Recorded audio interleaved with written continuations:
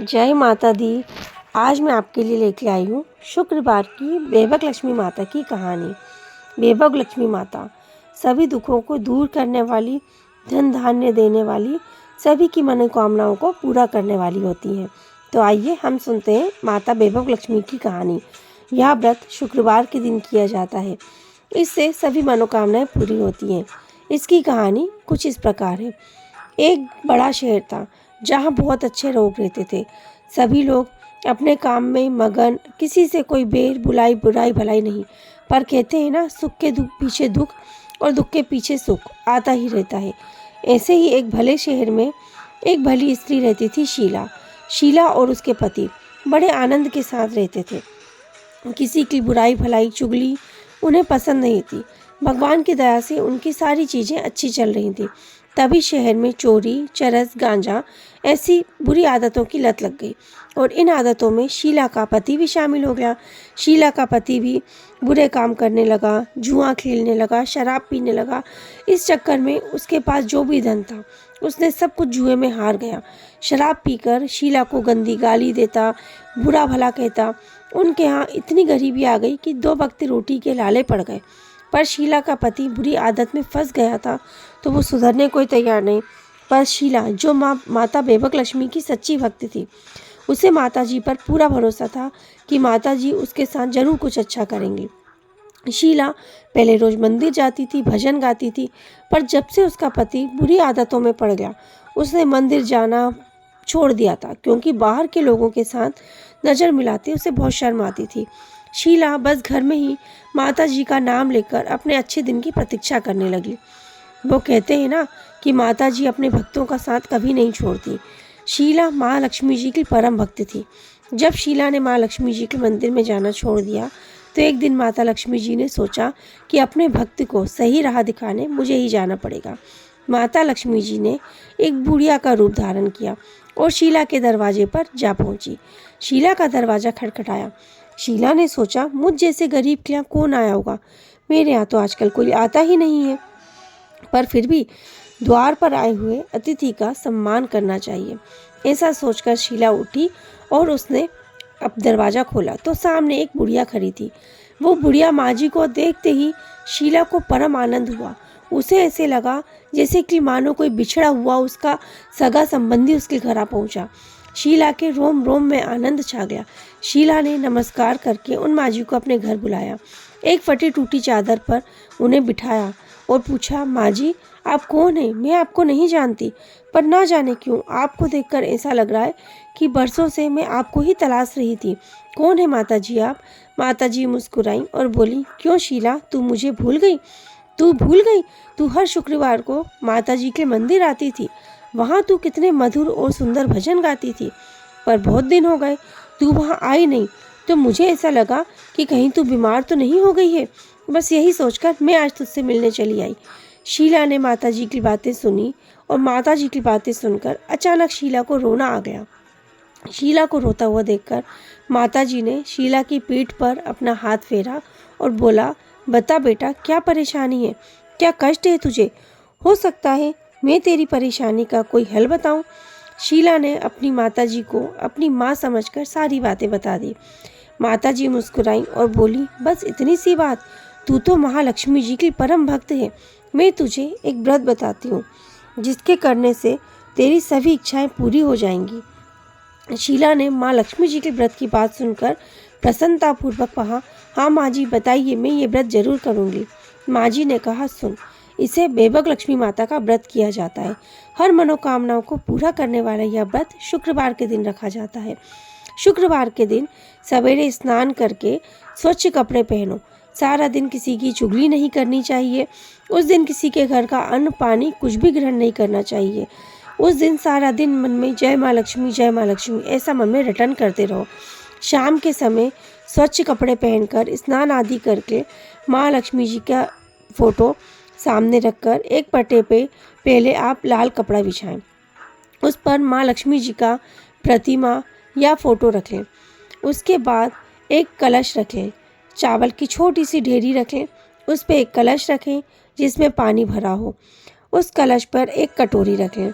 उस कटोरी में कोई सोने का, सोने का ना हो तो चांदी का, और चांदी का ना हो तो एक नगद रुपया रखें। उसके बाद वहाँ पर कोई भी एक मीठी चीज़ का प्रसाद बनाकर रखें। कुछ मीठे का प्रसाद ना बना सकें तो शक्कर या गुड़ का प्रसाद भी चलेगा। माँ लक्ष्मी जी तो प्रेम की भूखी हैं।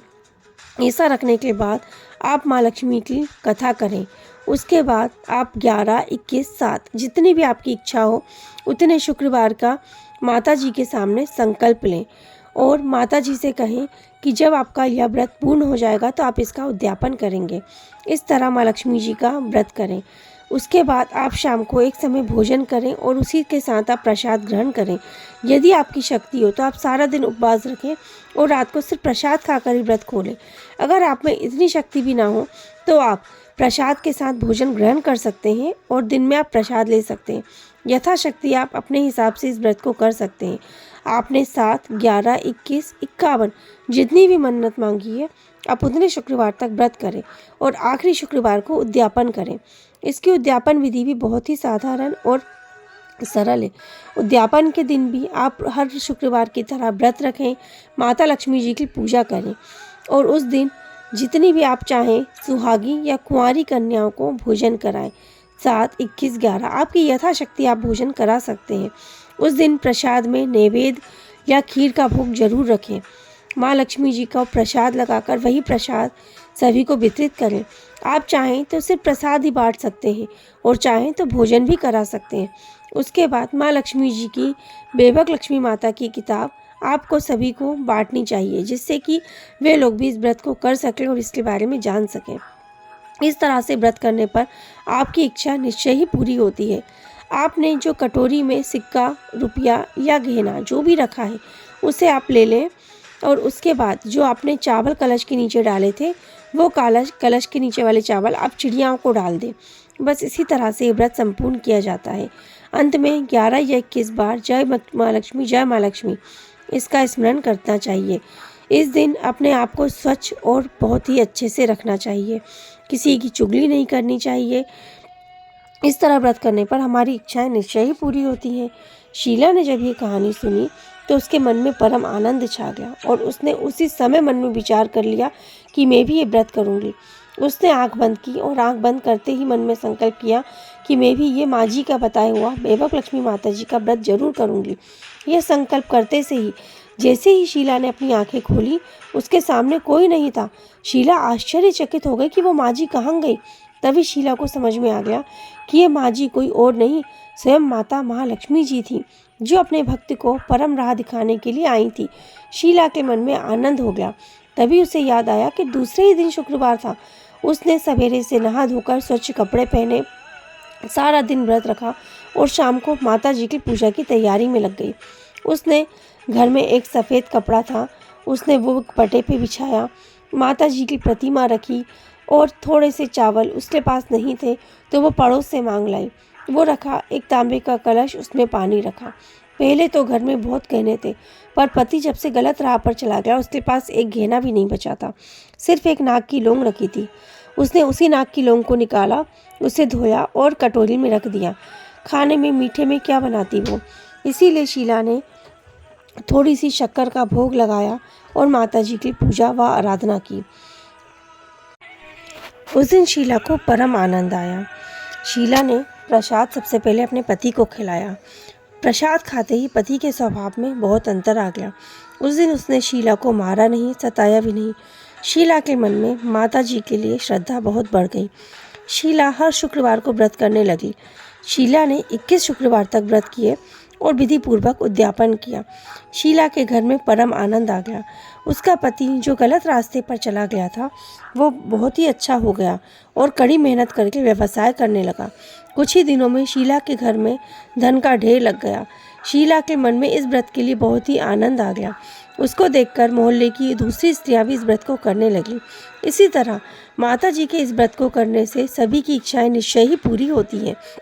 इस व्रत की विधि मैं आपको संक्षेप में एक कहानी में बता रही हूँ, उसे ध्यान से सुनिए। इस व्रत को करने के लिए हमें शुक्रवार के दिन ये व्रत करना चाहिए। शुक्रवार के दिन सवेरे से उठें, सिर धोकर स्नान करें। उस दिन सारा दिन हमें किसी की चुगली, बुराई, भलाई कुछ नहीं करनी चाहिए। सारा दिन मन में जय माँ लक्ष्मी, जय माँ लक्ष्मी, इसका रटन करते रहना चाहिए। शाम के समय में पूरब दिशा की ओर मुँह कर कर बैठना चाहिए। सामने एक पटा रखना चाहिए। पटे पे लाल या सफ़ेद, जहाँ तक हो लाल कपड़ा ही लें।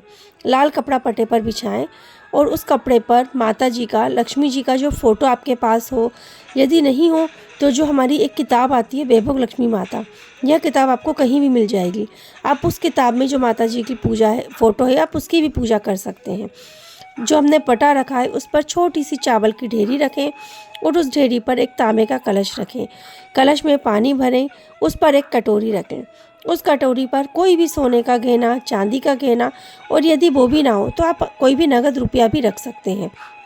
ये करने के बाद हम सबसे पहले माता जी की पूजा करें, कलश की पूजा करें, दीपक जलाएं और जो हमने कटोरी में गहना या रुपया रखा है उसकी हम पूजा करें। और पूजा करने के बाद माता जी को फिर भोग लगाएं। भोग में उस दिन मीठे का प्रसाद लगाना चाहिए। यदि किसी कारणवश आप मीठे का प्रसाद नहीं बना पा रहे हैं तो शक्कर, गुड़ या जो भी आपके पास मीठा हो आप उसका भोग भी लगा सकते हैं। माता जी की कहानी पढ़ें, आरती करें और उसके बाद आप प्रसाद ग्रहण करें। आप चाहें तो सारा दिन उपवास रखें, सिर्फ प्रसाद खाकर व्रत खोलें। आप यदि चाहें तो आप सुबह के समय फलिहार भी कर सकते हैं और रात को प्रसाद के साथ साथ भोजन भी ग्रहण करें। बस इसमें एक चीज़ ये ज़रूर ध्यान रखना चाहिए कि आपको उस दिन बाहर का कुछ भी नहीं खाना चाहिए। उस दिन किसी के घर का पानी भी हमें नहीं पीना चाहिए। इस व्रत में ये ध्यान रखा जाता है। 11, 21, 7 आपने जितनी भी मन्नत मानी है उतने शुक्रवार तक हमको ये व्रत करना पड़ता है। उसके बाद जो आखिरी शुक्रवार है, जैसे 7 मन्नत मानी है तो 7वें शुक्रवार को आखिरी दिन हमें इसका उद्यापन करना चाहिए। उद्यापन में हमेशा की तरह जितनी हमने पूजा की थी उतनी ही पूजा करें, श्रीफल फोड़ें, भोग लगाएं। भोग में उस दिन खीर जरूर बनानी चाहिए और आपकी यथाशक्ति 7, 11, 21 जितनी भी आपकी इच्छा हो, सुहागी स्त्रियों को या कुंवारी कन्याओं को भोजन कराएं। यदि भोजन कराने का सामर्थ्य ना हो तो सिर्फ खीर का प्रसाद ही दे सकते हैं। उसके साथ साथ यदि आप चाहें तो कुछ भी चीज़ उन्हें देना चाहें वो चीज़ दे सकते हैं, और नहीं चाहते तो सिर्फ एक जो वैभव लक्ष्मी माता की किताब है वो किताब तो हमें ज़रूर देनी चाहिए।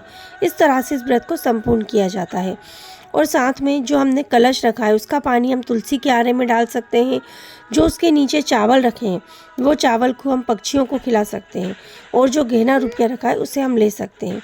इस तरह व्रत करने पर माता जी हमारी सभी इच्छाएं पूरी करती हैं। तो बोलिए वैभव लक्ष्मी माता की जय।